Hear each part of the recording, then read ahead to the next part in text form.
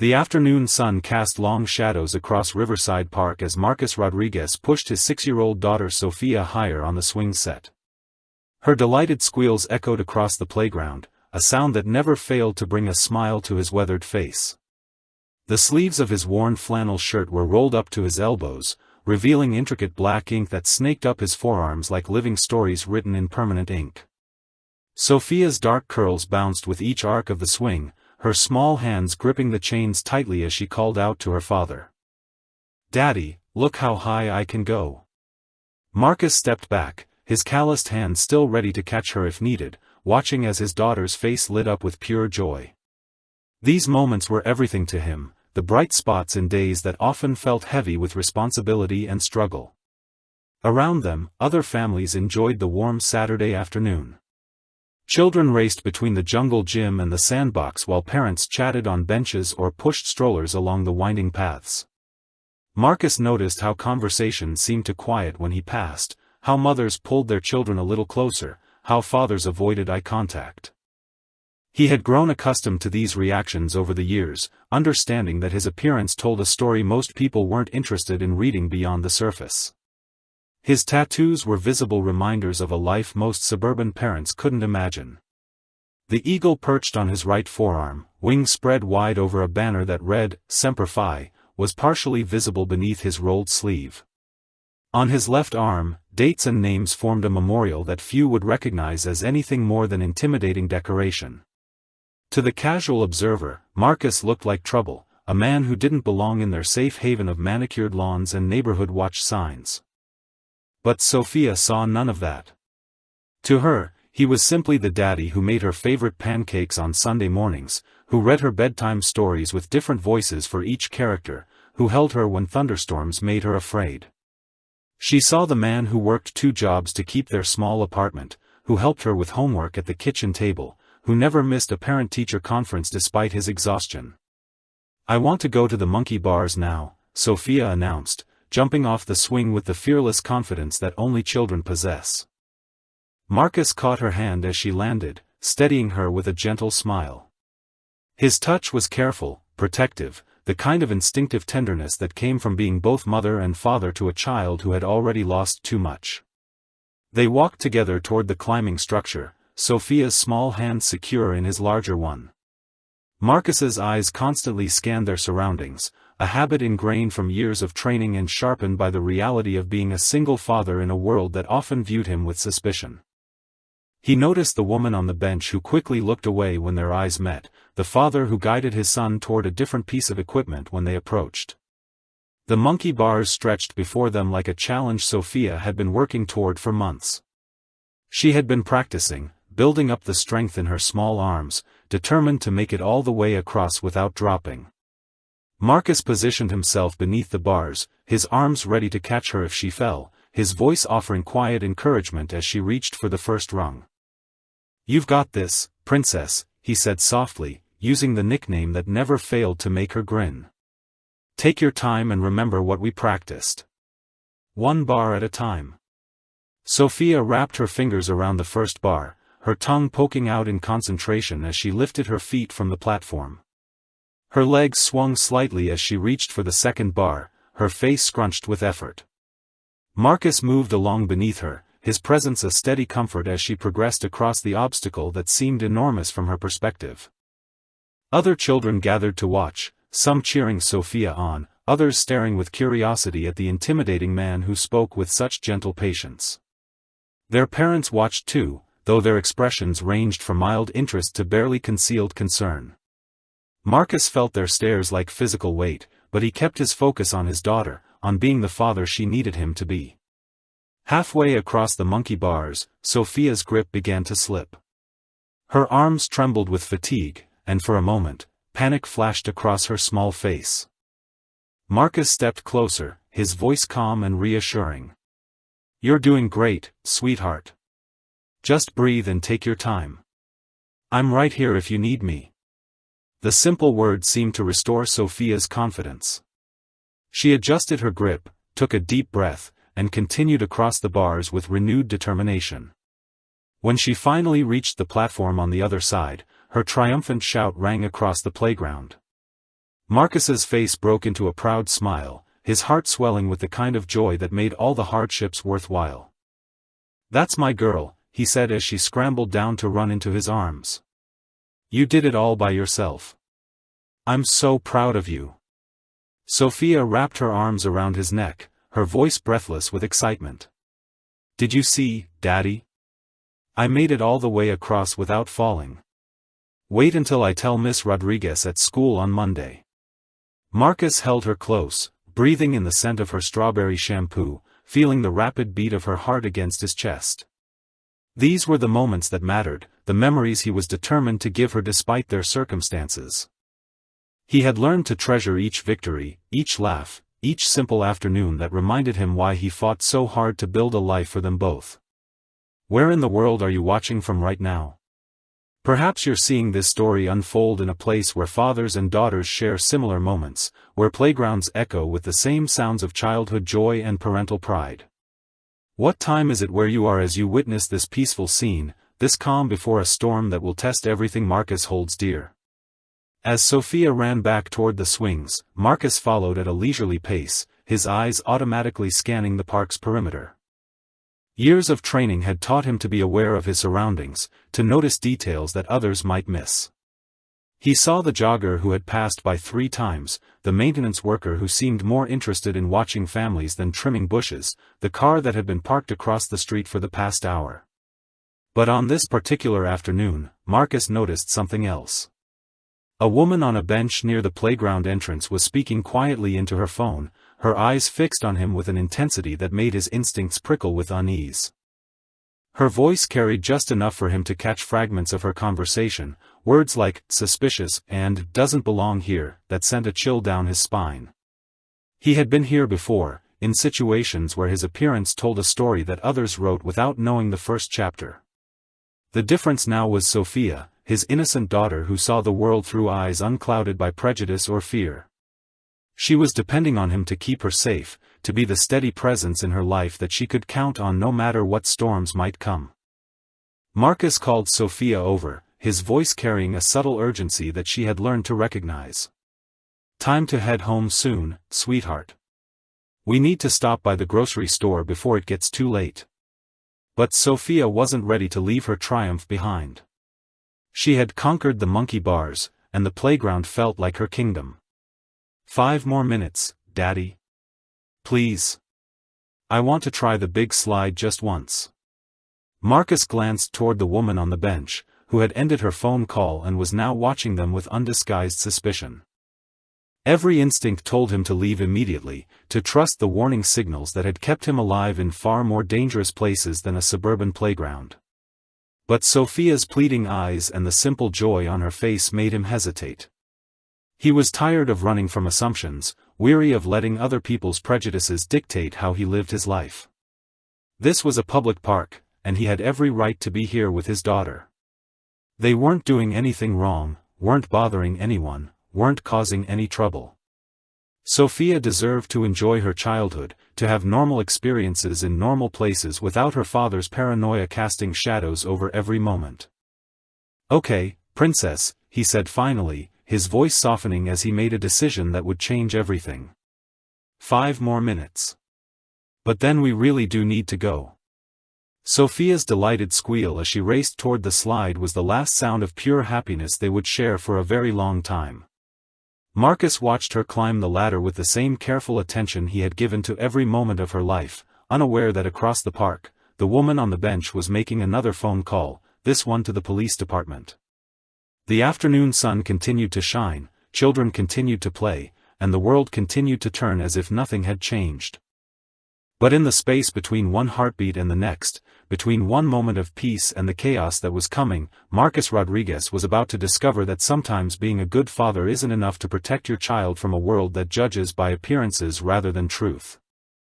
The woman on the bench pressed her phone closer to her ear, her voice dropping to an urgent whisper as she watched Marcus push Sophia on the swing. "Yes, I'm calling about a suspicious individual at Riverside Park on Maple Street.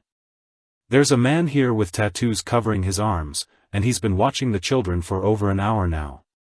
The dispatcher's voice crackled through the phone with practiced efficiency. Can you describe the individual, ma'am? He's Hispanic, maybe in his 30s, wearing a flannel shirt with the sleeves rolled up. The tattoos look like gang markings to me. He's with a little girl, but I don't think she's his daughter. She seems scared of him.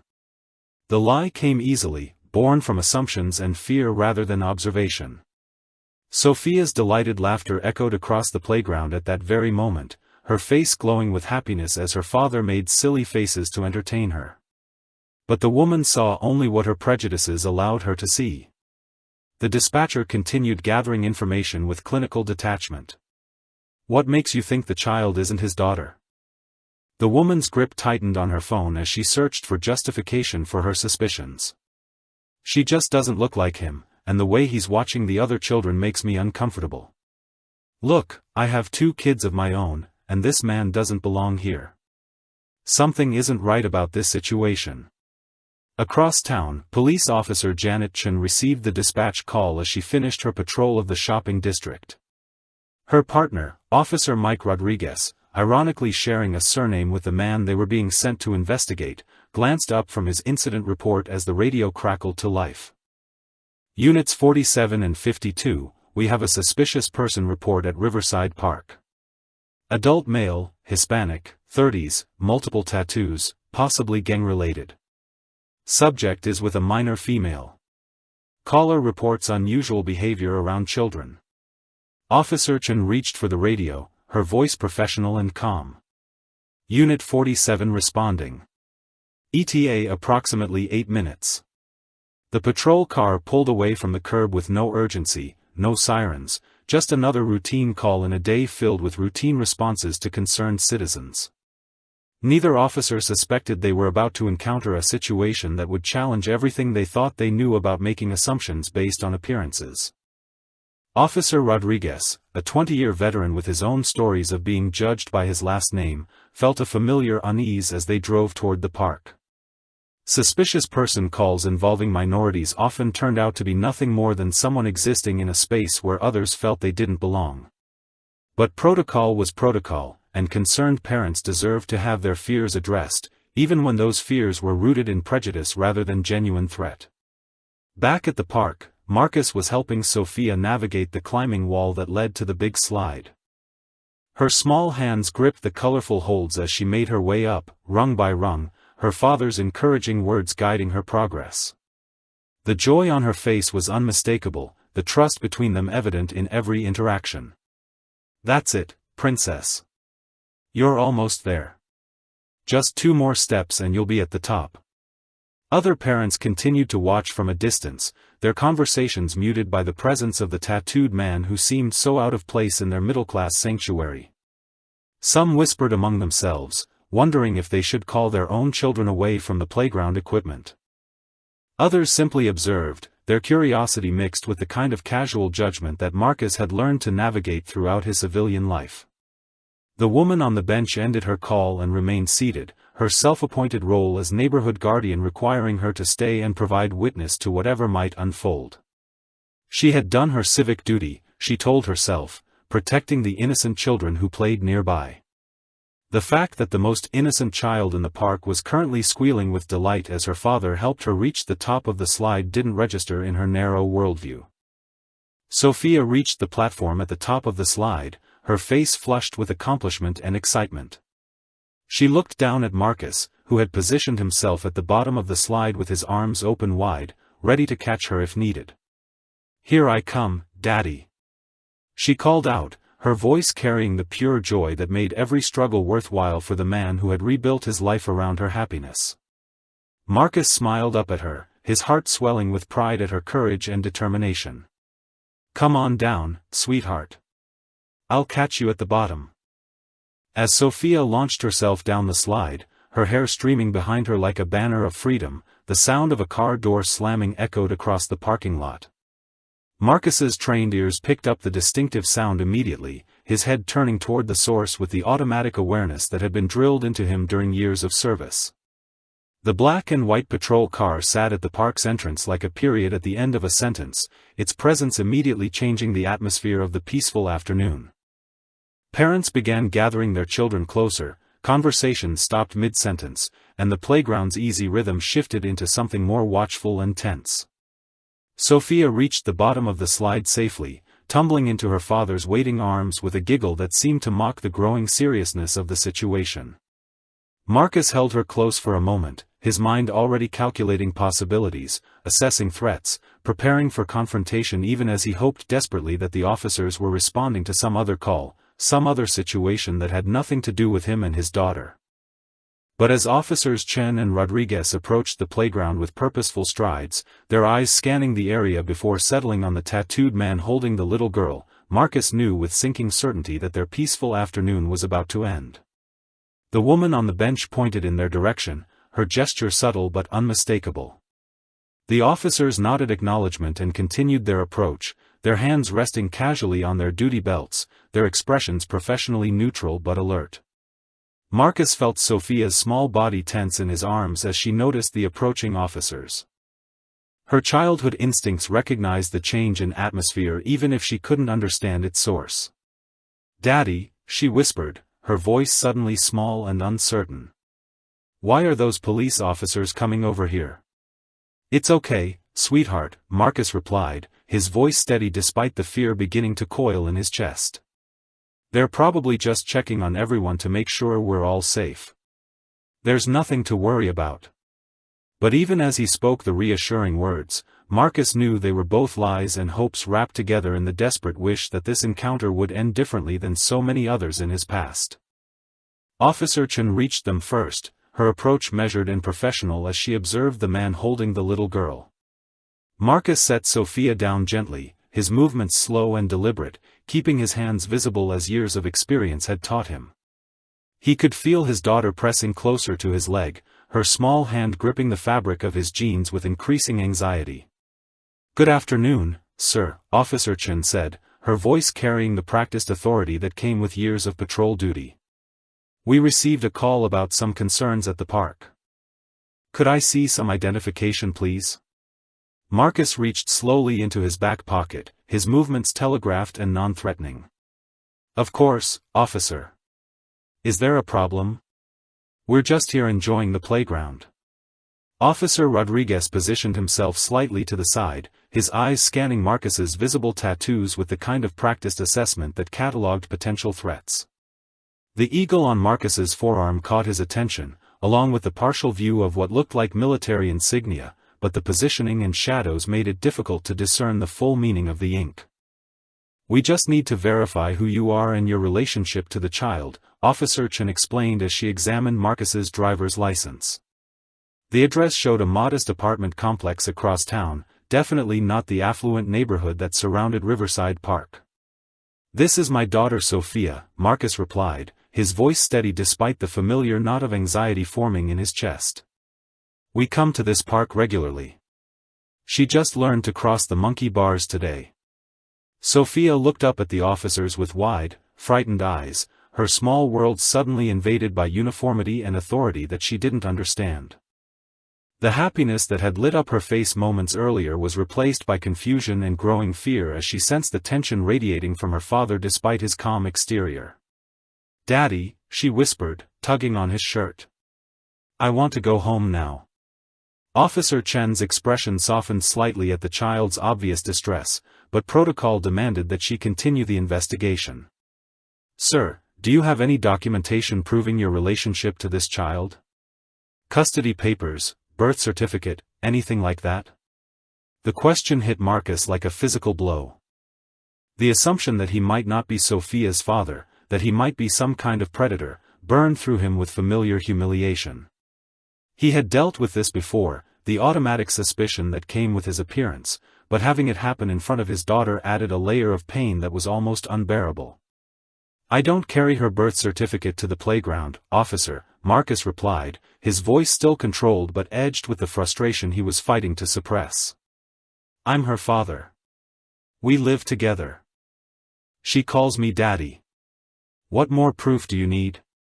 Other families had begun to gather at a safe distance, some filming with their phones, others simply watching the drama unfold with the kind of morbid curiosity that tragic spectacles often inspire. Children who had been playing moments earlier now stood close to their parents, sensing the adult tension that had descended over their playground like a storm cloud. Officer Rodriguez stepped closer, his hand moving to rest on his radio. "Sir, I need you to remain calm. We're just trying to sort this out." The caller expressed concerns about your behavior around the children here. "What behavior?" Marcus asked, his voice rising slightly before he caught himself and forced it back down. "Playing with my daughter? Pushing her on the swings? Helping her with the monkey bars?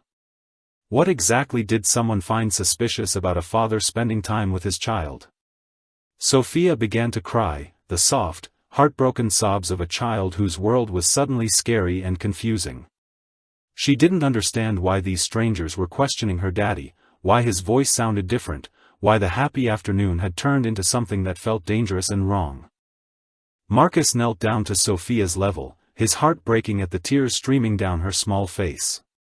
"It's okay, princess," he said softly, brushing her cheeks with gentle fingers. "Everything's going to be fine. Daddy just needs to talk to these officers for a minute."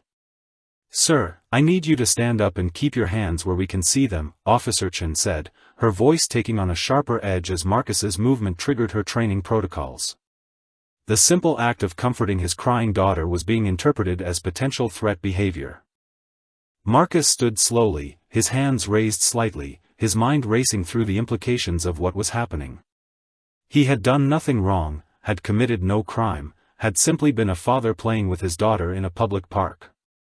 "Look, officers," Marcus said, his voice carrying the kind of calm that came from experience with high-stress situations. "I understand you're doing your job, but you're scaring my daughter. We haven't done anything wrong. Check my ID, call my references, do whatever you need to do, but please don't traumatize a 6-year-old child because someone doesn't like the way I look." Officer Rodriguez's expression remained professionally neutral, but something in Marcus's tone, the way he carried himself, the controlled manner of his speech, registered as unusual for the typical subjects they encountered during suspicious person calls. There was a quality to his composure that spoke of training, of experience with authority and stress that didn't match the profile they had been given. Sophia's cries grew louder, her small body shaking with confusion and fear as she watched her father being questioned by people with guns and badges. The playground that had been her kingdom of joy just minutes earlier now felt like a place of terror and uncertainty. The woman on the bench watched the scene unfold with grim satisfaction, convinced that her instincts had been correct, that she had protected the community from a dangerous individual. She couldn't hear Sophia calling the man daddy, couldn't see the gentle way he tried to comfort her, couldn't recognize the obvious bond between father and daughter that was clear to anyone willing to see past their prejudices. Other parents began calling their children away from the playground equipment, gathering their families and heading toward the parking lot as if proximity to the unfolding drama might somehow contaminate their perfect suburban afternoon. The park that had been filled with laughter and childhood joy was rapidly emptying, leaving Marcus and Sophia increasingly isolated in their moment of crisis. Officer Chen finished running Marcus's identification through her radio, her expression growing slightly puzzled as the information came back clean. No warrants, no criminal history, not even a traffic violation in the past 5 years.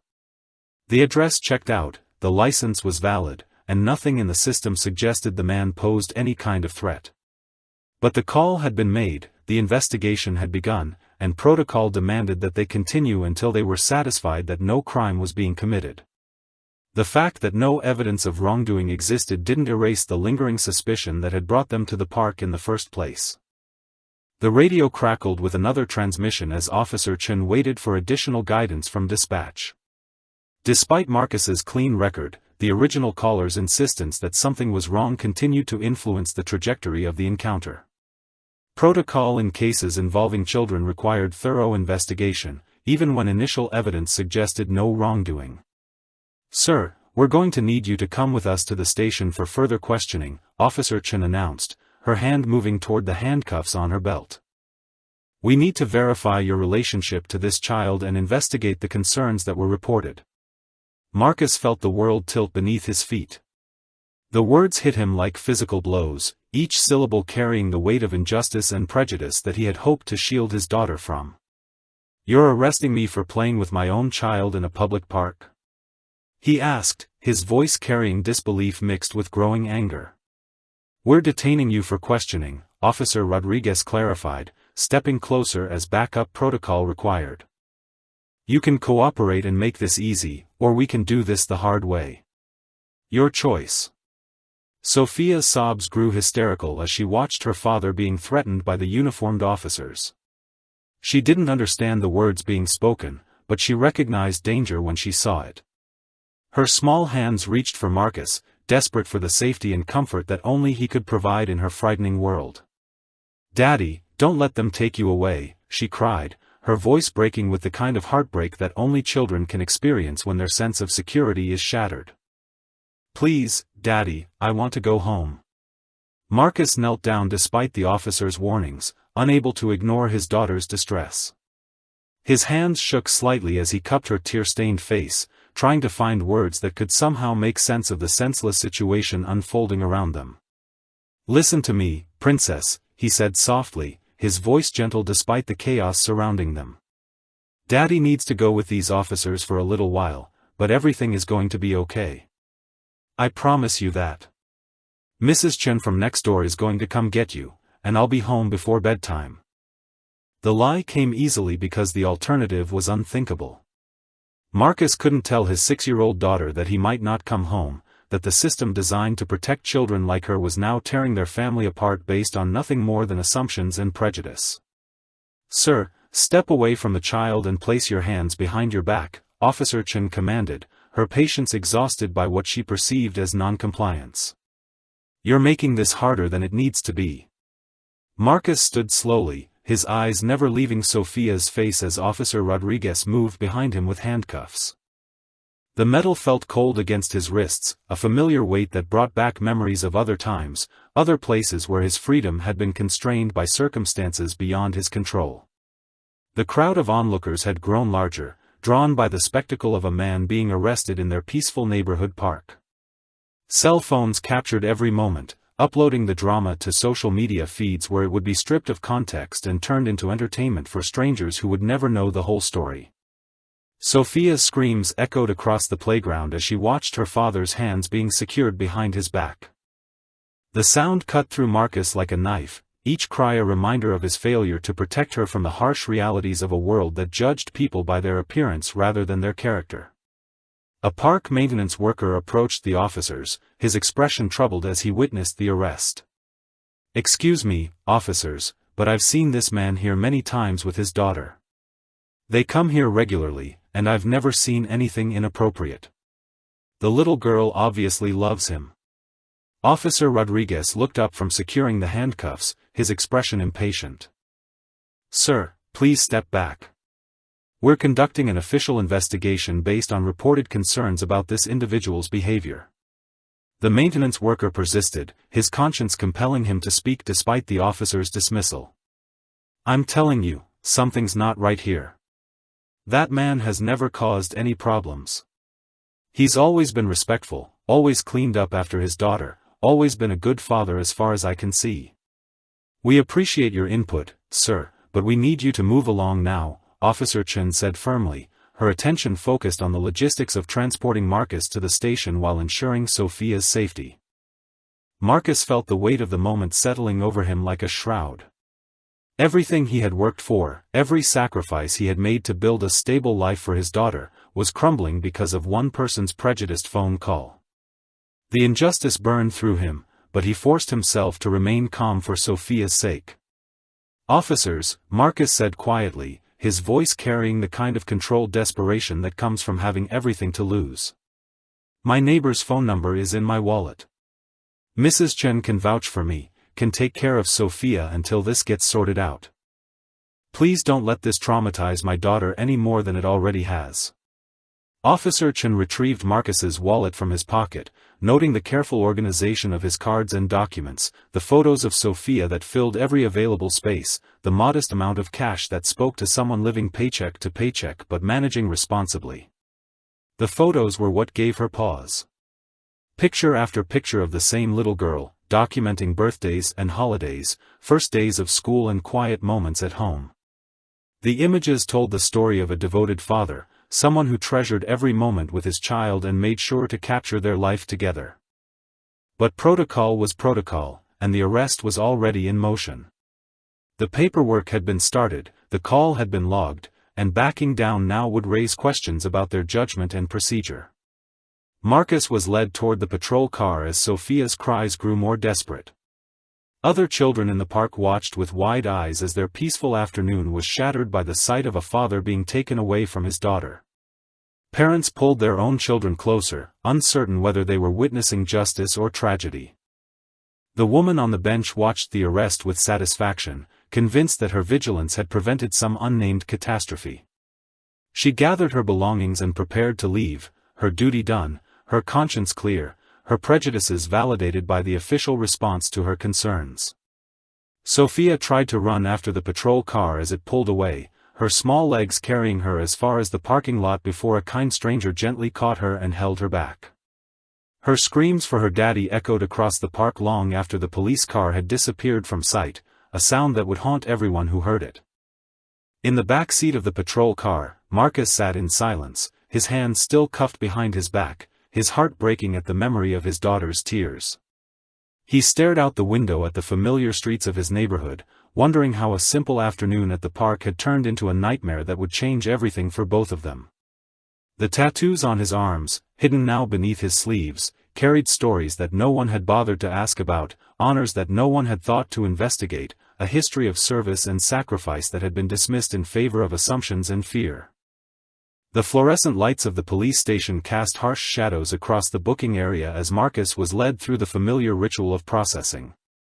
Sergeant Williams, a 25-year veteran with tired eyes and graying temples, looked up from his paperwork as officers Chen and Rodriguez approached his desk with their arrestee. "What do we have here?" Sergeant Williams asked, his voice carrying the weary tone of someone who had seen every variation of human behavior multiple times over his career. "Suspicious person at Riverside Park," Officer Chen reported, reading from her notes.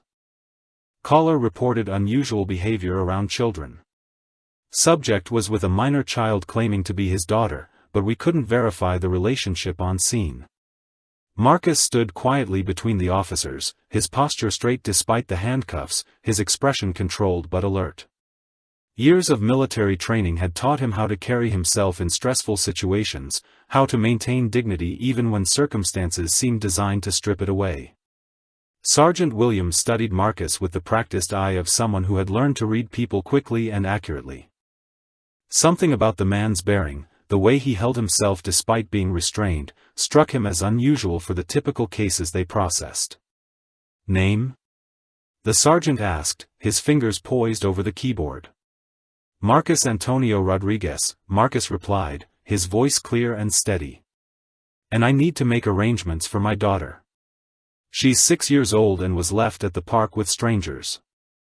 The mention of the child seemed to register with Sergeant Williams, who glanced up from his computer screen with increased attention. "Where's the child now?" Officer Rodriguez checked his notes. "A neighbor was contacted and picked her up from the scene. Mrs. Chen from the apartment complex where they live." Sergeant Williams nodded and continued with the standard booking questions, but Marcus noticed a subtle change in the man's demeanor, a hint of skepticism about the circumstances that had brought them to this point. As an experienced officer, Williams had developed instincts about which arrests felt justified and which felt like overreach. "Empty your pockets, please," Williams instructed, sliding a plastic tray across the counter. Marcus complied as his handcuffs were temporarily removed, placing his wallet, keys, and phone into the tray with careful precision. His movements were deliberate and respectful, showing none of the agitation or hostility that typically accompanied arrests for more serious offenses.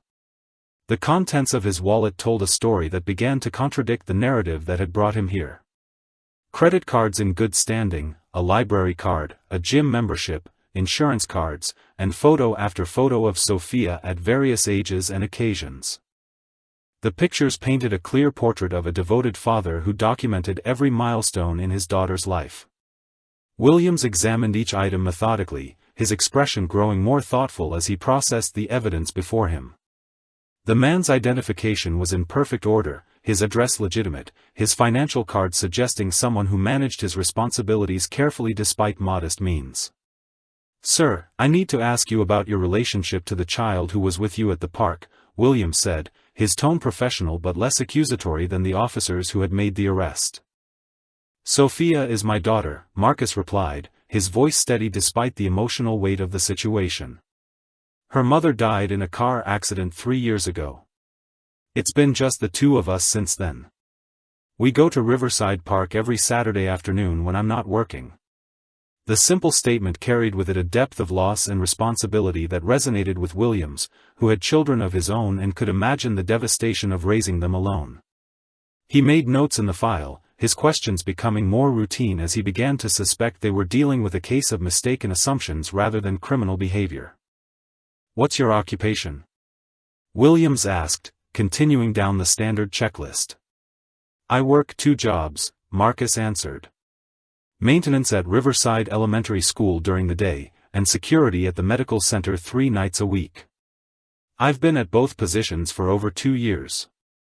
The information painted a picture of a hard-working single father struggling to make ends meet while raising his daughter alone. Williams had seen enough genuine criminals to recognize that Marcus didn't fit the profile, despite the caller's concerns about his appearance. "Where in the world are you watching this unfold from right now? Perhaps you're seeing this story from a place where justice and prejudice wage their eternal battle, where assumptions collide with truth in the sterile environment of institutional processing. What part of this story resonates most with you as you witness a father's dignity being tested by a system that should protect rather than persecute?" As the booking process continued, Marcus remained cooperative and respectful, answering each question with the kind of precise clarity that spoke to someone familiar with official procedures. His military bearing became more apparent as the stress of the situation revealed the discipline that lay beneath his civilian exterior. Williams found himself increasingly uncomfortable with the arrest as more details emerged. The man before him showed none of the signs typically associated with the kind of predator the caller had described. Instead, he saw a tired father worried about his daughter, someone whose primary concern was ensuring her safety and well-being.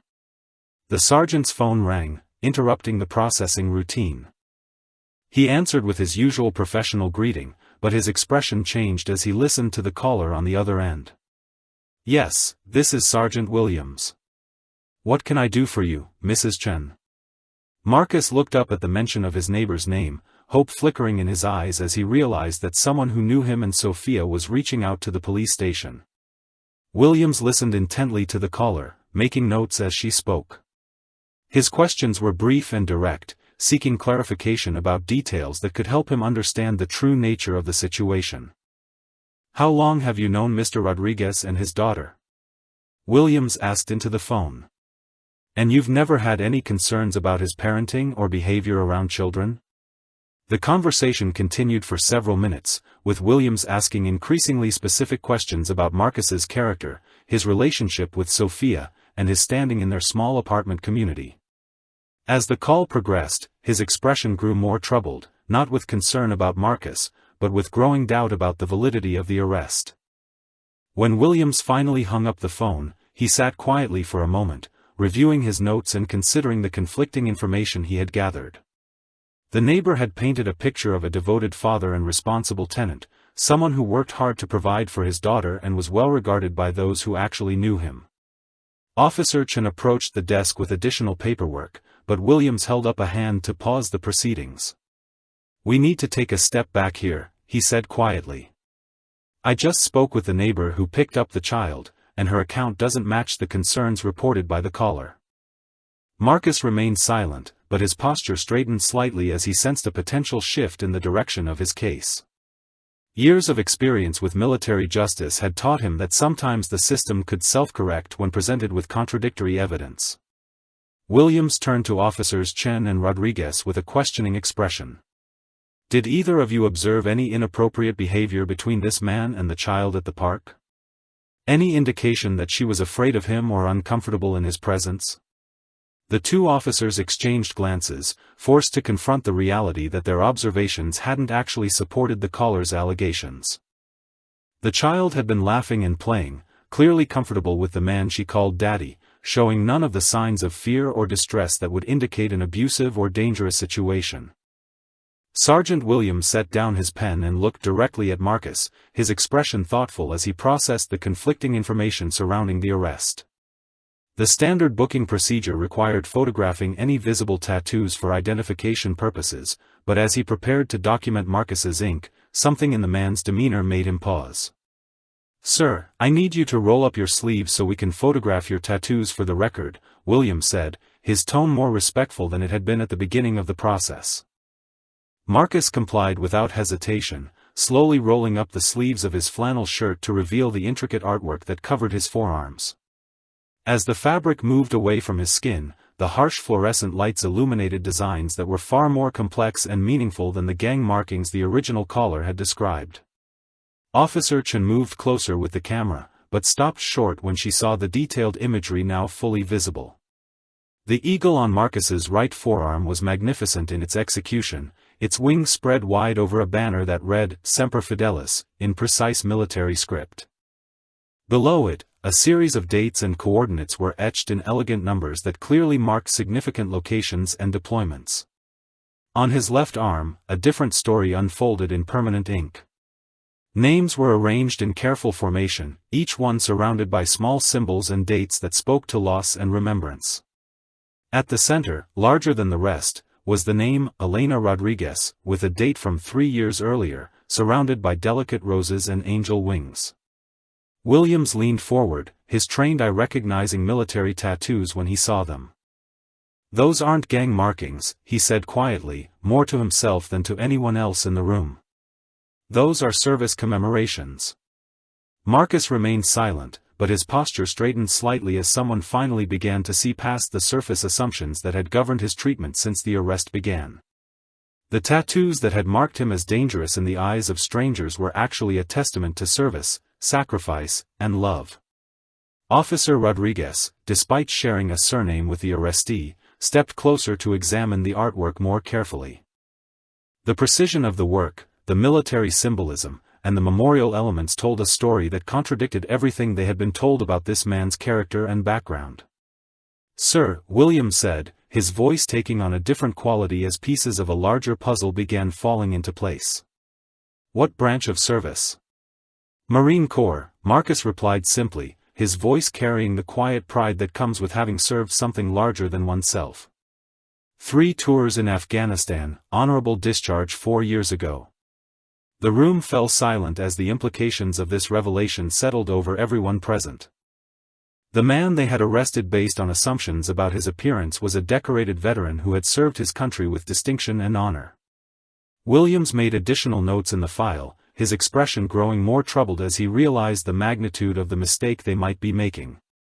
The tattoos that had been cited as evidence of criminal associations were actually markers of military service and personal loss that deserved respect rather than suspicion. Officer Chen lowered her camera, suddenly reluctant to continue photographing what she now understood to be sacred remembrances rather than threatening symbols. The eagle and banner on Marcus's arm represented values of honor, courage, and commitment that stood in direct opposition to the criminal behavior he had been accused of. The dates visible on Marcus's left arm told the story of his wife's death with heartbreaking clarity. Elena Rodriguez had died on a Tuesday afternoon 3 years earlier, leaving behind a grieving husband and a 3-year-old daughter who would grow up without her mother's love and guidance. Sergeant Williams set down his pen and studied Marcus with new eyes, seeing not a suspicious character who didn't belong in a suburban park, but a father trying to give his daughter the normal childhood experiences that every child deserved. The weight of the injustice being committed in his station began to settle on his shoulders like a heavy burden. The memorial tattoos spoke to a man who honored his fallen comrades and mourned his deceased wife, someone who carried his losses literally on his skin as a permanent reminder of love and sacrifice. These were not the markings of a predator, but of someone who understood the value of life and the pain of loss. Williams picked up his phone and dialed an internal extension, his voice taking on an urgency that hadn't been present earlier. "Detective Morrison, I need you to run a more comprehensive background check on someone. Marcus Antonio Rodriguez, born May 15, 1986. I need military service records, commendations, anything you can find. As they waited for the additional information, an uncomfortable silence settled over the booking area. The officers who had made the arrest were beginning to understand that they had acted on prejudice rather than evidence, that their assumptions about Marcus's appearance had led them to criminalize a father's love for his daughter. Marcus remained patient throughout the process, his military training having taught him to endure bureaucratic procedures with grace and dignity. But behind his calm exterior, his heart ached for Sophia, who was probably crying herself to sleep at Mrs. Chen's apartment, confused and frightened by her father's sudden absence. The phone rang again, and Williams answered with growing anticipation. The voice on the other end belonged to Detective Morrison, whose research had uncovered information that would change everything about how they viewed the man sitting quietly in their custody. "Sergeant," Morrison said, his voice carrying surprise and something approaching awe. "You need to hear this. Marcus Rodriguez isn't just any veteran. He's a decorated Marine with 3 Bronze Stars, a Purple Heart, and a commendation for valor under fire. This guy is a legitimate war hero." Williams felt his stomach drop as the full magnitude of their mistake became clear. They had arrested a man whose service record included the highest honors their country could bestow, someone who had risked his life repeatedly in defense of the freedoms that included the right to take his daughter to a public park without harassment. The detective continued his report over the phone, his voice growing more incredulous with each detail. He served as a combat medic, saved dozens of lives under enemy fire, and was recommended for promotion multiple times before his discharge. His commanding officers describe him as one of the finest Marines they ever served with. Officer Chen and Officer Rodriguez exchanged uncomfortable glances, realizing that their arrest of Marcus would likely become a career-defining moment for all the wrong reasons. They had allowed bias and assumptions to override their professional judgment, creating a situation that would be difficult to explain or justify. Marcus listened to the phone conversation without reaction, his expression remaining neutral despite the vindication that was slowly emerging. He had learned long ago that his service record couldn't protect him from civilian prejudices, that his medals and commendations meant nothing to people who judged him based on his appearance rather than his character. But for the first time since his arrest began, Marcus allowed himself to hope that the truth might actually matter, that the system might self-correct when presented with evidence that contradicted the assumptions that had brought him to this point. Detective Morrison's voice continued through the phone speaker as Sergeant Williams put the call on speaker, allowing everyone in the booking area to hear the full scope of Marcus's military background. The information being revealed painted a picture so contrary to their assumptions that it felt like discovering they had arrested the wrong person entirely. "His unit citation reads like something out of a movie," Morrison continued, his voice filled with growing respect. "During his second deployment, Sergeant Rodriguez single-handedly evacuated 12 wounded Marines under heavy enemy fire. He carried men twice his size to safety while taking shrapnel in his own leg and shoulder." Marcus remained stoic as his service record was read aloud, but Officer Chen noticed his jaw tighten slightly at the mention of that particular mission. The memory was clearly painful, not because of his own injuries, but because of the brothers he hadn't been able to save that day. Williams made careful notes as the detective continued his report, each new detail adding weight to the growing realization that they were dealing with someone whose character was beyond reproach. The man sitting quietly in handcuffs had risked everything for his country and the men under his care. "There's more," Morrison said, his voice taking on an even more serious tone. After his wife died, Rodriguez was offered a position training new medics at Camp Pendleton. He turned it down to focus on raising his daughter alone. His commanding officer wrote a personal letter recommending him for any civilian position he might want, calling him one of the finest men he'd ever had the honor to serve with. The weight of their mistake settled over the room like a suffocating blanket. They had arrested a man whose sacrifices for his country were matched only by his devotion to his daughter, someone who had given up career opportunities to be the father Sophia needed after losing her mother. Officer Rodriguez stepped forward, his expression troubled as he processed the implications of what they had done. "Sergeant," he said quietly, "this man isn't just innocent of the charges. He's exactly the kind of person we should be protecting and honoring, not arresting based on someone's prejudiced assumptions." Williams nodded grimly, already calculating the damage control that would be necessary to address this situation. The arrest of a decorated veteran for the crime of playing with his daughter in a public park would be a public relations nightmare, but more importantly, it was a profound injustice that needed immediate correction. Marcus finally spoke, his voice calm but carrying an undercurrent of pain that had nothing to do with his own treatment. "Officers," he said quietly, "I understand you were doing your job based on the information you received. But my daughter is 6 years old, and she just watched her father being arrested for no reason. She's probably terrified right now, wondering if Daddy is coming home." The simple statement cut through the room like a knife, reminding everyone present that their actions had consequences beyond bureaucratic procedures and departmental policies. A child's sense of security had been shattered because adults had chosen fear over understanding, assumptions over investigation. Williams stood up from his desk, his decision made. "Detective Morrison, I need you to expedite a complete background check and get me everything on file about Mr. Rodriguez's military service. I want documentation of every commendation, every mission, every detail of his service record." The detective's voice carried understanding as he replied.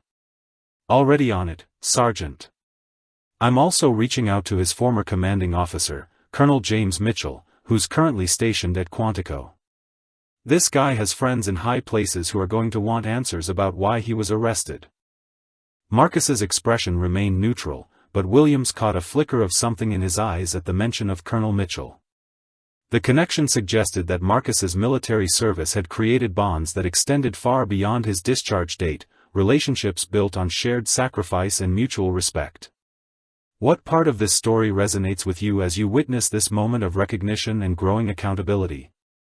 Perhaps you're watching from a place where the gap between appearance and reality creates its own painful lessons, where the cost of quick judgments becomes clear only after damage has been done. Officer Chen approached Williams's desk with obvious reluctance, her voice barely above a whisper. "Sergeant, what do we do about the arrest record? This is going to be a problem for everyone involved, especially for Mr. Rodriguez and his daughter." Williams considered the question carefully, knowing that the bureaucratic machinery of justice was easier to start than to stop. The arrest had been processed, paperwork filed, and procedures followed, but the foundation for those actions was crumbling with each new piece of information about Marcus's true character and background. The booking area phone rang again, and Williams answered with growing apprehension. The voice on the other end was crisp, authoritative, and carried the unmistakable tone of military command. "This is Colonel James Mitchell, United States Marine Corps. I understand you have one of my former Marines in custody, and I want to know exactly what's going on." Williams felt his throat tighten as he realized the situation was escalating beyond local police matters. "Colonel," he said carefully, "we arrested Mr. Rodriguez based on a suspicious person report from Riverside Park. We're currently reviewing the circumstances of that arrest." The colonel's voice carried barely contained anger as he responded. "Sergeant Rodriguez is one of the finest men I've ever had the privilege to command. He saved more lives in Afghanistan than most people save in a lifetime, and he's been struggling to raise his daughter alone since his wife's death. What exactly did he do that warranted arrest?" Williams found himself at a loss for words as he tried to explain how playing with his daughter at a park had somehow been interpreted as suspicious behavior worthy of police intervention. The absurdity of the situation became even more apparent when measured against Marcus's record of service and sacrifice. The colonel continued, his voice growing more intense with each word. "I want him released immediately, and I want a full explanation of how a decorated veteran ended up in handcuffs for spending time with his child. This is exactly the kind of treatment that makes it difficult for our veterans to transition back to civilian life." Marcus listened to the conversation with mixed emotions, grateful for the support but uncomfortable with the attention his situation was generating. He had learned to fight his own battles since leaving the service, to handle civilian prejudices with the same quiet dignity he had shown under enemy fire. Williams made the decision that should have been made hours earlier. "Mr. Rodriguez," he said formally, "you're free to go. All charges are being dropped, and we sincerely apologize for the inconvenience and distress this has caused you and your daughter." But even as the handcuffs were removed and his personal belongings returned, Marcus knew that the damage to Sophia's sense of security couldn't be so easily undone. The image of her father being arrested would likely haunt her for years to come, a scar on her childhood that no apology could completely heal. The tattoos on his arms seemed to carry new weight as he rolled down his sleeves, no longer symbols that marked him as an outsider, but honored reminders of service that should have protected him from the very treatment he had just endured. The system had failed him, but more importantly, it had failed his daughter, and that was a wound that would take much longer to heal than any he had suffered in combat. The walk from the police station to Mrs. Chen's apartment felt longer than any patrol Marcus had ever walked in Afghanistan. His legs carried him automatically through the familiar streets of his neighborhood, but his mind remained focused on Sophia and the trauma she had endured because of his arrest. Each step brought him closer to a reunion he both desperately wanted and deeply dreaded. Mrs. Chen answered her door before Marcus could knock, her worried expression immediately softening with relief when she saw him standing in the hallway. She was a small woman in her 70s, a retired teacher who had become like a grandmother to Sophia since Elena's death, offering the kind of support that made single parenthood barely manageable. "Marcus, thank God you're home," she said, stepping aside to let him into her modest apartment. "Sophia has been asking for you every 10 minutes since I brought her here. She's been so scared." The apartment smelled of jasmine tea and the kind of comfort food that Mrs. Chen always prepared when crisis struck their small community. But underneath the familiar scents, Marcus could hear something that made his heart break, the soft, intermittent sobs of his daughter trying to cry quietly so the adults wouldn't worry about her. "Where is she?" Marcus asked, his voice barely above a whisper as he struggled to maintain his composure. Mrs. Chen pointed toward the living room, where Sophia sat curled up in an oversized armchair, clutching the stuffed elephant that had been her constant companion since her mother's death. Her small face was streaked with tears, her dark eyes wide with the kind of fear that children shouldn't have to experience. When Sophia saw her father, she didn't run to him as she normally would. Instead, she stared at him with uncertain eyes, as if afraid that he might disappear again if she moved too quickly. The hesitation in her expression cut through Marcus deeper than any physical wound he had ever received. "Daddy?" she whispered, her voice small and fragile. "Are you really home? Are they going to take you away again?" Marcus knelt down at her level, his own eyes filling with tears as he opened his arms to receive her. "I'm home, Princess," he said softly. "I'm never going to leave you like that again. Daddy, sorry that happened."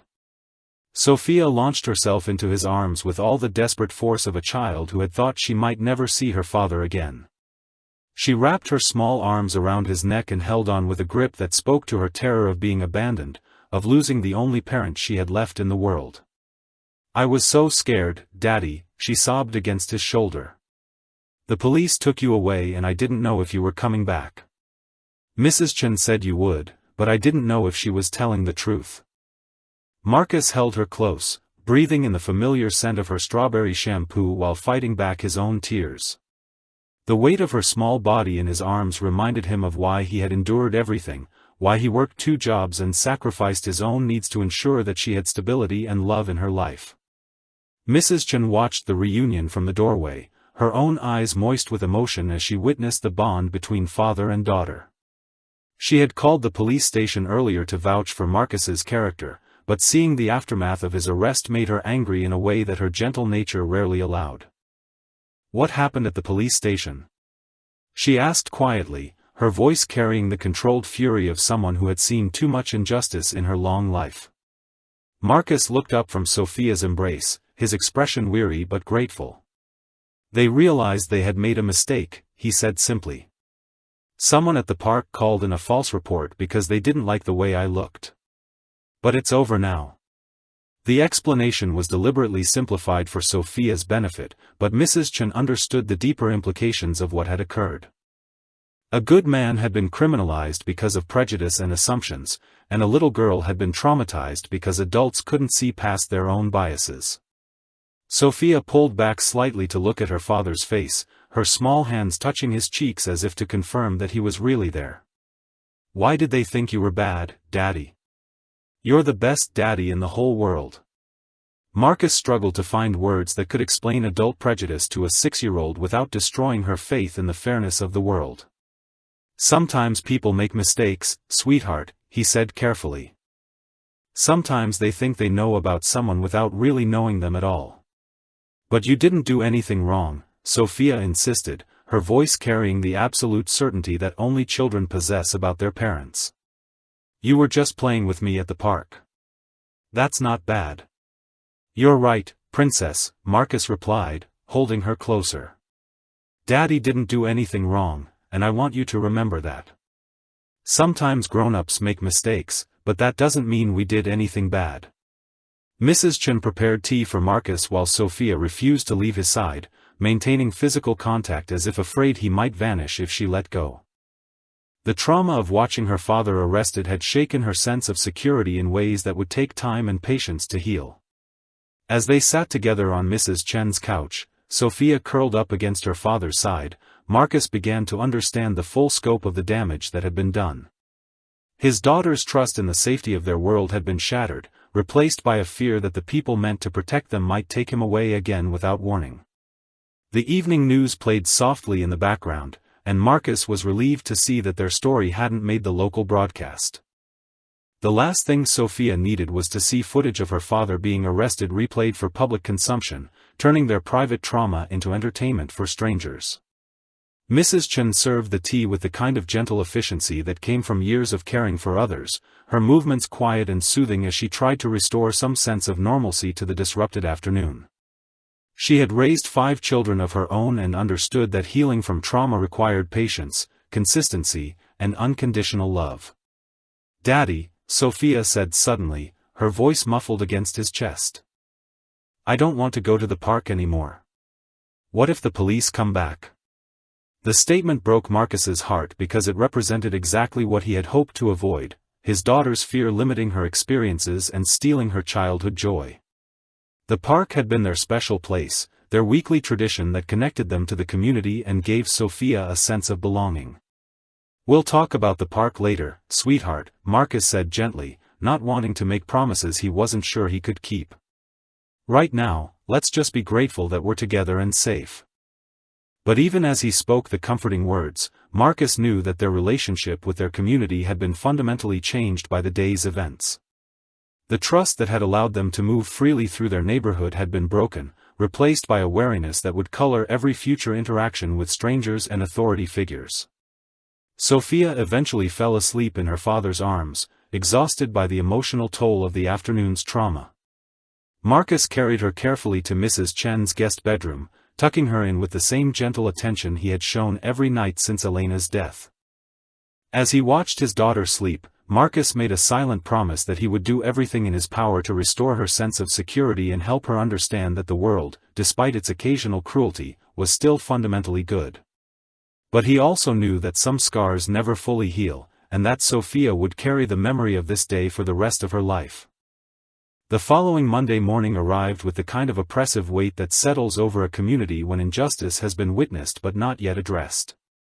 Word of Marcus's arrest had spread through the neighborhood with the swift efficiency of shared outrage, carried by social media posts, whispered conversations at school pickup, and the kind of moral indignation that emerges when people realize they have been complicit in prejudice through their silence.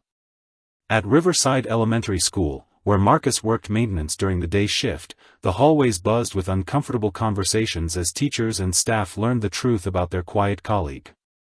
Principal Sarah Martinez had spent most of her weekend on the phone with the school district, trying to understand how one of their most reliable employees had been arrested and released within hours. Marcus arrived at work 30 minutes early, as was his custom, carrying his maintenance supplies and the kind of quiet dignity that had sustained him through 3 tours of combat and the loss of his wife.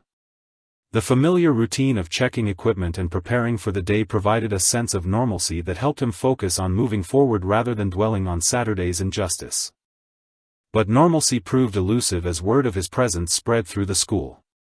Teachers who had previously offered only polite nods now stopped to speak with him directly, their expressions carrying a mixture of embarrassment and newfound respect that made Marcus deeply uncomfortable. "Mr. Rodriguez," called out Jennifer Walsh, the third-grade teacher who had taught Sophia the previous year. "I heard about what happened at the park. I'm so sorry you and Sophia had to go through that ordeal." Marcus paused in his work, his hands stilling on the mop handle as he considered how to respond. "Thank you, Mrs. Walsh," he said simply. "Sophia's doing better, and that's what matters most to me."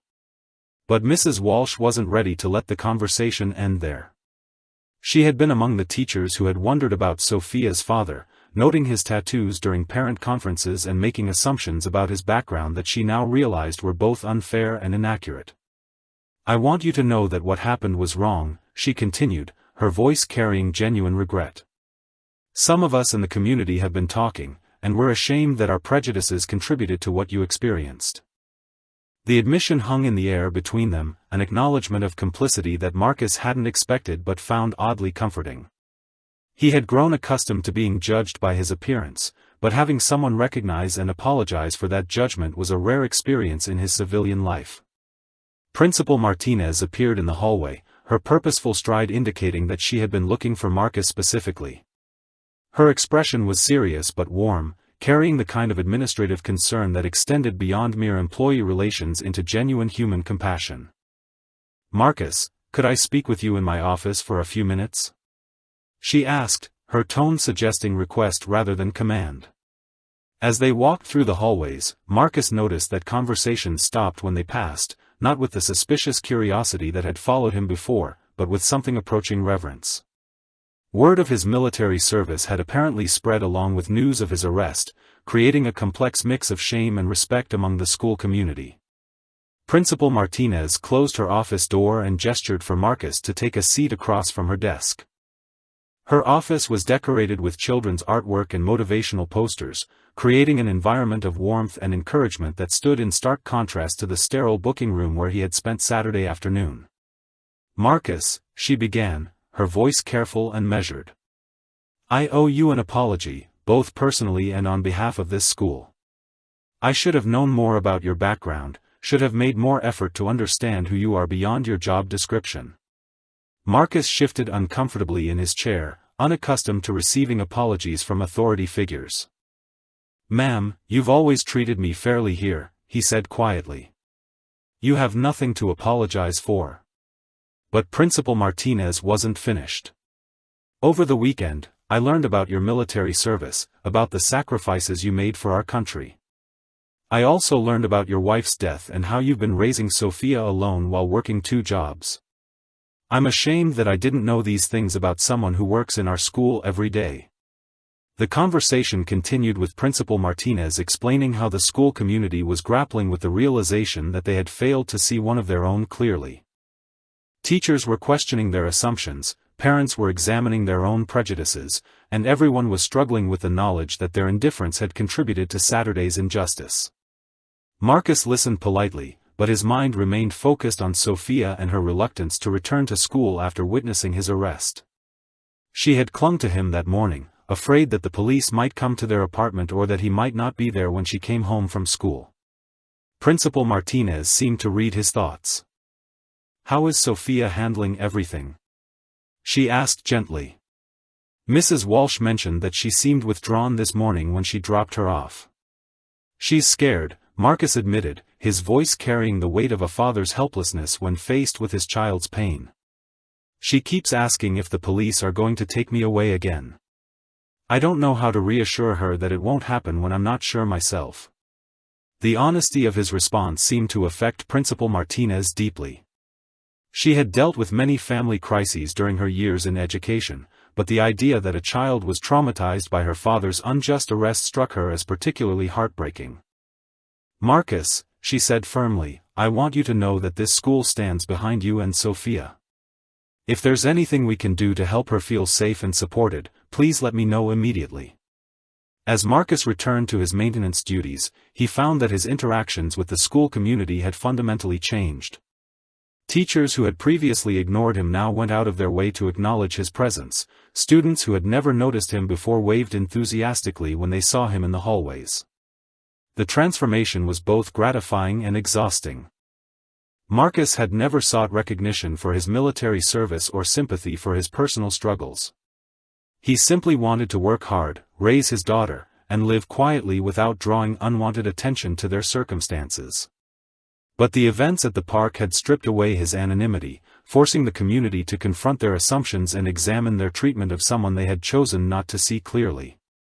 The maintenance worker with the intimidating tattoos was revealed to be a war hero and devoted father, challenging everyone to question what other stories they might be missing in their rush to judge by appearances. During his lunch break, Marcus checked his phone and found several voicemail messages from local news stations wanting to interview him about his arrest and release. The story was apparently gaining traction beyond their small community, turning their private trauma into a potential public spectacle that made him deeply uncomfortable. He deleted the messages without listening to them completely, determined to protect Sophia from further exposure to the situation that had already caused her so much pain. The last thing his daughter needed was to see her father's arrest turned into a media circus that would follow them for years to come. As the school day ended and children began filing past his workstation toward the buses and pickup area, Marcus noticed Sophia approaching with Mrs. Walsh at her side. His daughter's expression was cautious but hopeful, as if she was beginning to believe that her father might actually be safe in this environment. "Hi, Daddy," Sophia said quietly, accepting his gentle hug with the kind of careful affection that spoke to her lingering fear of separation. "Hey, Princess," Marcus replied, kneeling down to her level. "How was your day at school?" "It was okay," Sophia answered, but her eyes darted around nervously as if expecting police officers to materialize from the hallways. "Mrs. Walsh said some people want to say they're sorry about what happened to you." Marcus looked up at Mrs. Walsh, who nodded with the kind of determined compassion that teachers bring to protecting their students. The school community was rallying around Sophia, trying to restore her sense of security through collective support and acknowledgement of the wrong that had been done to her family. By Wednesday evening, the ripple effects of Marcus's arrest had spread far beyond the confines of Riverside Elementary School and into the broader community.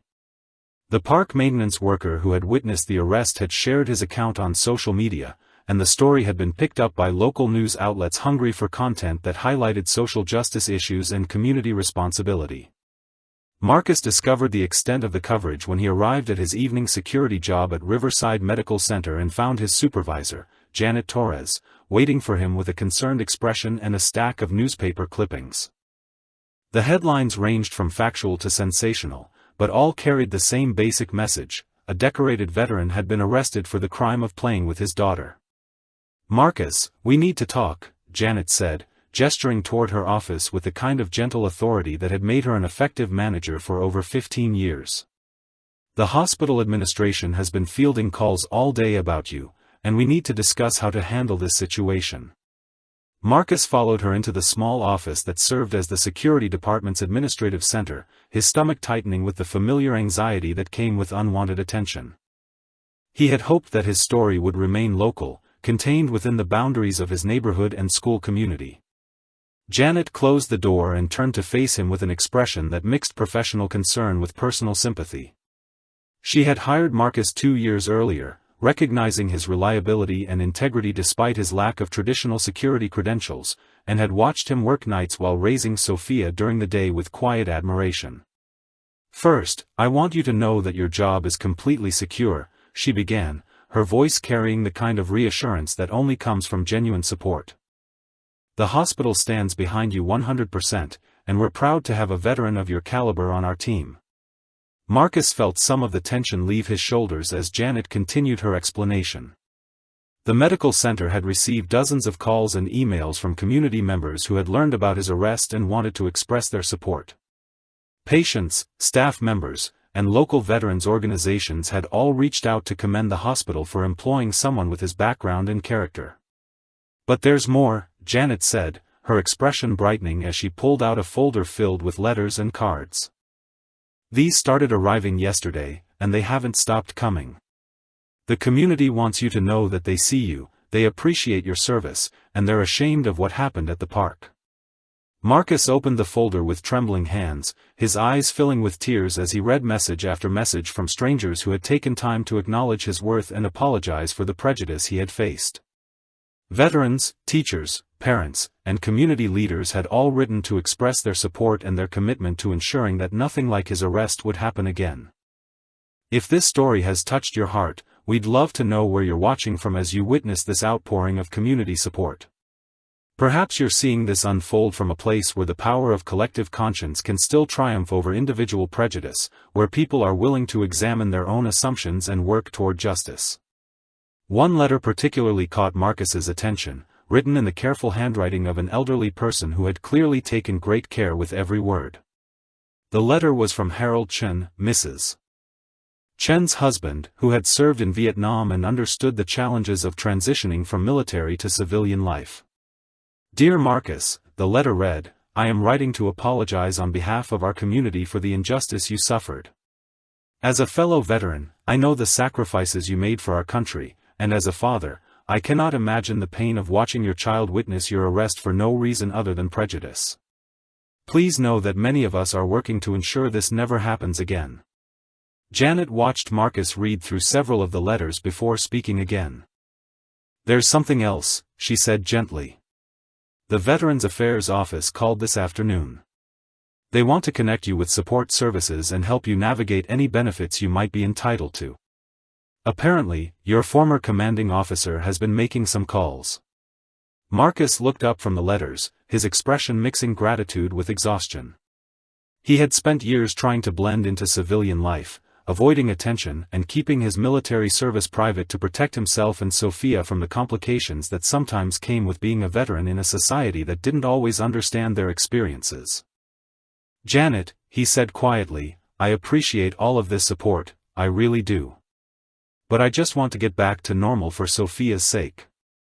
She's still having nightmares about the police taking me away, and all this attention is making it harder for her to move past what happened. Janet nodded with understanding, having dealt with enough family crises during her management career to recognize the signs of a parent trying to protect his child from adult complexities.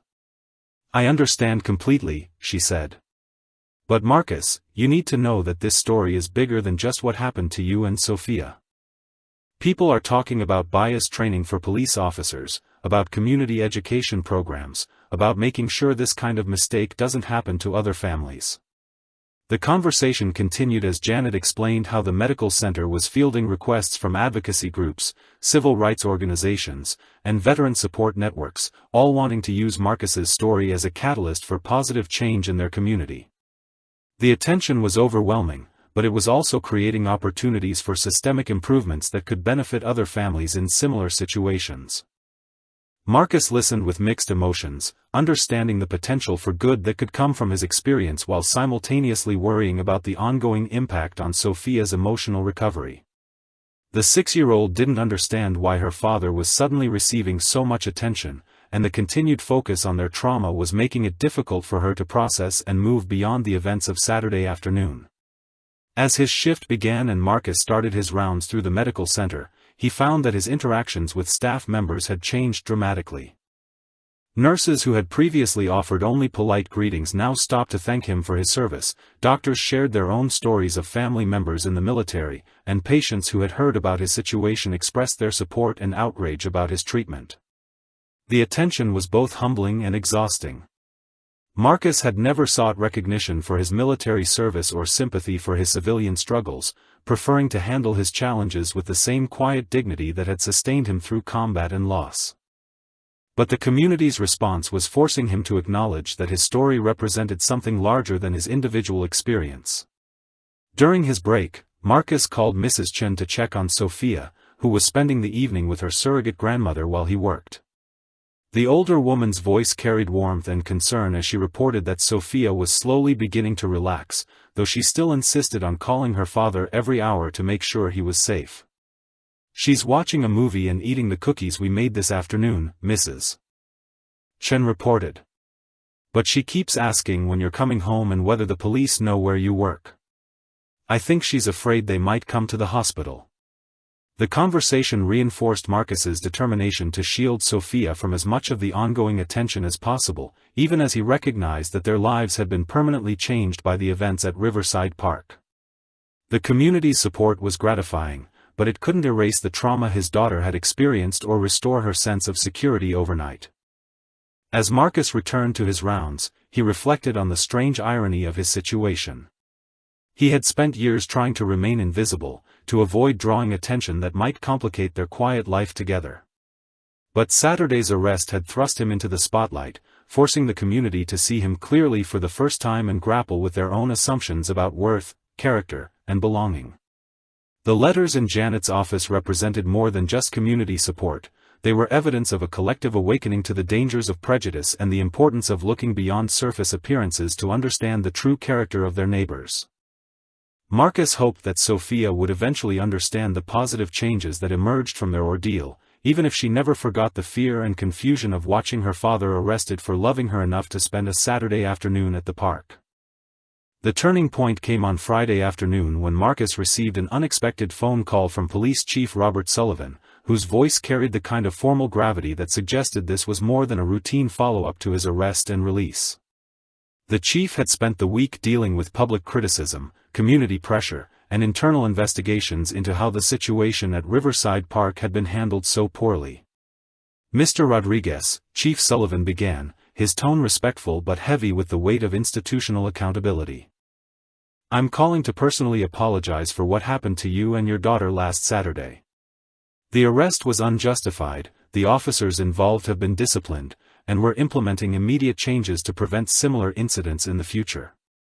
Marcus listened quietly as the chief outlined the department's response to the situation, including mandatory bias training for all officers, revised protocols for handling suspicious person reports, and community outreach programs designed to build better relationships between police and the diverse populations they served. "But there's more," Chief Sullivan continued, his voice taking on a different quality. "We'd like to invite you to speak at our next community forum about your experience. Your perspective could help us understand how to serve our community better, especially our veteran and minority populations." The request hung in the air between them, carrying implications that Marcus wasn't sure he was ready to face. Speaking publicly about his arrest would mean reliving the trauma for Sophia's benefit, exposing their private pain to public scrutiny, and potentially subjecting his daughter to ongoing attention that might interfere with her healing. "Chief," Marcus replied carefully, "I appreciate the apology and the changes you're making. But my primary concern is my daughter's well-being. She's still recovering from watching her father arrested for no reason, and I'm not sure additional attention would be helpful for her." "I understand completely," the chief responded, his voice carrying genuine empathy. "But Mr. Rodriguez, your story has already sparked important conversations in our community. People are questioning their assumptions, examining their biases, and demanding better from their institutions. Your voice could help guide those changes in a positive direction." As Marcus considered the request, he thought about the letters Janet had shown him, the changed attitudes at Sophia's school, and the broader community response to their ordeal. Perhaps there was value in transforming their pain into something that could prevent other families from experiencing similar injustice. That evening, Marcus sat with Sophia in their small living room, reading her favorite bedtime story while she curled against his side with the desperate closeness that had become her new normal since Saturday. The familiar routine provided comfort for both of them, a return to the simple pleasures that had sustained them through previous challenges. "Daddy," Sophia said suddenly, looking up at him with the kind of serious expression that sometimes surprised him with its maturity. "Mrs. Walsh said some people want to say sorry about what happened. Does that mean they know you're not bad?" Marcus set down the book and looked into his daughter's dark eyes, seeing both innocence and premature wisdom in her gaze. "Yes, Princess," he said softly. "A lot of people realize now that they made a mistake about Daddy. They're sorry about what happened, and they're trying to make sure it doesn't happen to other daddies and daughters." Sophia considered this information with the careful attention that children bring to understanding their changing world. "Are you going to tell them it's okay?"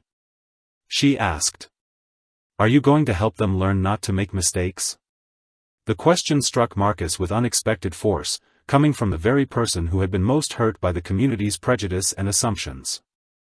Sophia's willingness to consider forgiveness and education rather than anger and resentment reminded him why he had fought so hard to protect her innocence and optimism. "Would you be okay if Daddy talked to some people about what happened?" Marcus asked gently. If I told them about our story so they could learn from it? Sophia thought for a moment, her small hand playing with the military dog tags that Marcus wore beneath his shirt, a habit that had intensified since witnessing his arrest. If it helps other kids not be scared like I was, she said finally, then I think you should do it. Her simple wisdom provided the clarity Marcus had been seeking. His daughter's courage in the face of trauma, her willingness to transform pain into purpose, reminded him of the values he had fought to defend during his military service and was now trying to instill in her civilian life. The following Monday, Marcus found himself standing before a packed community center, looking out at faces that ranged from curious to sympathetic to genuinely ashamed. The audience included police officers, city officials, teachers, parents, veterans, and community leaders, all gathered to hear from the man whose arrest had forced their town to confront its own prejudices. Principal Martinez had arranged for Sophia to spend the evening with Mrs. Chen, sparing her the additional stress of seeing her father relive their trauma in a public setting. But Marcus carried her presence with him, drawing strength from her courage and her belief that their story could help others. "My name is Marcus Rodriguez," he began, his voice steady despite the emotional weight of the moment. "Last Saturday, I was arrested at Riverside Park for the crime of playing with my 6-year-old daughter. I want to tell you what that experience taught me about our community, and what I hope we can all learn from it." Marcus spoke for 20 minutes, describing the arrest from his perspective as a father, a veteran, and a community member who had always tried to live quietly and respectfully among his neighbors. He talked about Sophia's trauma, his own feelings of helplessness, and the long-term impact that prejudice and assumptions could have on innocent families. But he also spoke about forgiveness, about the community response that had followed his arrest, and about the opportunity they all had to build something better from the wreckage of injustice. His words carried the authority of someone who had faced genuine danger in defense of his country and was now facing a different kind of challenge in defense of his community's values.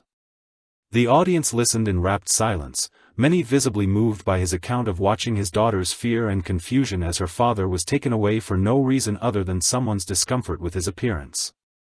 When Marcus finished speaking, the applause was subdued but sustained, carrying with it a collective acknowledgement of both shame and determination. During the question and answer session that followed, Marcus found himself addressing concerns about police training, community education, veteran support services, and the broader challenge of building bridges across cultural and economic divides. His responses drew on his military experience, his struggles as a single father, and his newfound understanding of how individual stories could catalyze community change. One question came from a woman in the back of the room who identified herself as the person who had called police about his presence at the park. Her voice shook with emotion as she apologized publicly for her assumptions and asked what she could do to make amends for the trauma she had caused his family. Marcus looked at her for a long moment, seeing not an enemy but a neighbor who had made a mistake based on fear and prejudice that were unfortunately common in their society. "Ma'am," he said quietly, "the best thing you can do is learn from this experience and help others learn from it too. Help us build a community where children like my daughter never have to watch their parents arrested for loving them." As the forum ended and people began filing out, many stopped to speak with Marcus personally, offering apologies, support, and commitments to do better. The evening had transformed their private trauma into a public catalyst for change, honoring Sophia's courage while working to ensure that other families would be spared similar ordeals. 3 months later, on a crisp Saturday afternoon that carried the promise of spring, Marcus and Sophia returned to Riverside Park for the first time since his arrest. The playground looked exactly the same, with its familiar swings and monkey bars casting long shadows across the sand, but everything else had changed in ways both visible and profound. Sophia hesitated at the park entrance, her small hand gripping her father's with the kind of careful trust that had slowly rebuilt over weeks of patient healing and gentle reassurance. The nightmares had finally stopped, replaced by cautious curiosity about whether their special place could become safe again. "Are you sure it's okay, Daddy?" she whispered, her voice carrying only a trace of the fear that had once consumed her thoughts about this place. "I'm sure, Princess," Marcus replied, kneeling down to her level with the same gentle patience that had guided them through the darkest moments of their ordeal. "Look around. Do you see how many people are here? Do you see the new signs?" Sophia followed his gaze to the freshly installed plaques near the playground entrance, bronze markers that proclaimed Riverside Park as a community space dedicated to inclusion, respect, and the celebration of diversity. The signs had been installed by the city council as part of their response to the events that had shocked their small town into examining its values. The playground was busier than Marcus remembered, filled with families from across the economic and ethnic spectrum of their community. The demographics shift wasn't accidental. The park had become a symbol of renewal and acceptance, drawing people who wanted to be part of the positive change that had emerged from injustice. As they approached the swings, Marcus noticed Officer Chen walking patrol through the park, her presence part of a new community policing initiative that emphasized building relationships rather than responding to problems. When she saw Marcus and Sophia, she approached with a respectful smile that acknowledged both their history and their courage. "Mr. Rodriguez," she said quietly, her voice carrying genuine warmth and lingering regret. "It's good to see you both back here. How are you doing, Sophia?" Sophia looked up at the officer who had arrested her father, her expression thoughtful rather than fearful. "We're okay," she said simply. "Daddy says you're helping to make sure other kids don't get scared like I did." Officer Chen's eyes misted slightly as she nodded. "That's exactly right, sweetheart.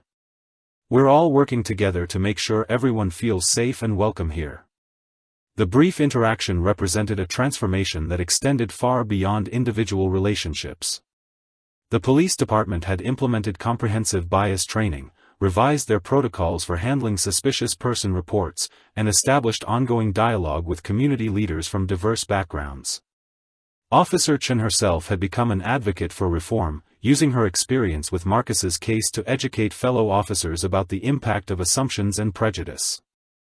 As Sophia ran toward the monkey bars that had once been the scene of her triumph, Marcus watched with the kind of protective attention that had intensified since their ordeal but was slowly relaxing as her confidence returned. She had grown stronger over the past 3 months, not just physically but emotionally, developing a resilience that would serve her well throughout her life. Other parents at the playground recognized Marcus from the community forum and the local media coverage that had followed, but their recognition now carried respect rather than suspicion. Several approached to thank him for his courage in speaking out, sharing their own stories of bias and transformation that his experience had inspired. Maria Santos, a single mother whose own children had been targets of prejudice due to their immigrant background, introduced herself with gratitude that transcended words. "Your story gave us permission to speak up about our own experiences," she said. "My kids feel safer here now because you were brave enough to share what happened to your family." The conversation expanded as other parents joined them, creating an impromptu support network of families who had found strength in Marcus's example. Children played together across cultural lines that had once seemed insurmountable, their parents bonding over shared values rather than surface differences. Marcus felt a tap on his arm and turned to see Harold Chen, Mrs. Chen's husband, approaching with a warm smile and a manila envelope in his weathered hands. The elderly veteran had become an unexpected ally and friend, using his own military experience to help Marcus navigate the complex emotions that came with public recognition and community leadership. "I have something for you," Harold said, handing Marcus the envelope with the kind of ceremony that suggested its contents held special significance. "It's from the Veterans Administration. Your benefits review came through, and there's also information about educational opportunities for Sophia." Marcus opened the envelope with trembling hands, finding documents that represented financial security and educational possibilities he had never dared to hope for. The VA benefits would ease the burden of working 2 jobs, allowing him more time with Sophia and greater stability for their future together. But the educational fund established specifically for Sophia carried even greater meaning. Community donations, veterans organizations, and local businesses had contributed to create opportunities that would ensure his daughter's dreams were never limited by their financial circumstances. Sophia approached from the playground with flushed cheeks and bright eyes, her happiness restored to the uncomplicated joy that had characterized her childhood before their ordeal. She had successfully crossed the monkey bars 3 times in a row, each completion building her confidence and erasing the fear that had once paralyzed her in this place. "Daddy, look what I can do." She called out, demonstrating a new technique she had learned from another child whose family had become part of their expanding circle of friends. Marcus applauded her achievement with the kind of pure pride that reminded everyone present why family bonds matter more than societal prejudices. His daughter's resilience had not only healed their relationship but had also inspired a community to examine its values and commit to doing better. As the afternoon progressed, Marcus found himself surrounded by the kind of community support he had never experienced before his arrest forced people to see him clearly. Teachers from Sophia's school, fellow veterans, neighbors who had previously been strangers, and families who had learned about inclusion through his example all gathered in the space that had once been a site of injustice. The transformation was remarkable but not complete. Marcus understood that prejudice and bias couldn't be eliminated overnight, that the work of building an inclusive community would require ongoing commitment and vigilance. But the changes he witnessed at Riverside Park represented hope for a future where children like Sophia would be judged by their character rather than their parents' appearance. If this story has touched your heart and inspired you to look beyond appearances to see the true worth of those around you, we'd love to know where you're watching from as this community continues its journey toward justice and understanding. Please subscribe and share this story so others can learn from Marcus and Sophia's courage and resilience. As the sun began to set over Riverside Park, casting golden light across the playground where a father and daughter had once been torn apart by prejudice, Marcus pushed Sophia on the swings while she laughed with the uninhibited joy of childhood restored. Their story had become larger than their individual experience, transforming pain into purpose and creating ripples of positive change that would continue long after they went home. The tattoos on Marcus's arms caught the evening light as he pushed his daughter higher, the military honors and memorial ink now recognized as symbols of service and sacrifice rather than threats to suburban safety. Sophia's laughter echoed across the park, a sound of healing that reminded everyone present why the work of building inclusive communities mattered so much. Their Saturday afternoon tradition had been restored, but it was no longer a private ritual shared between father and daughter. It had become a community celebration of resilience, redemption, and the power of ordinary people to create extraordinary change when they choose courage over comfort and understanding over assumption.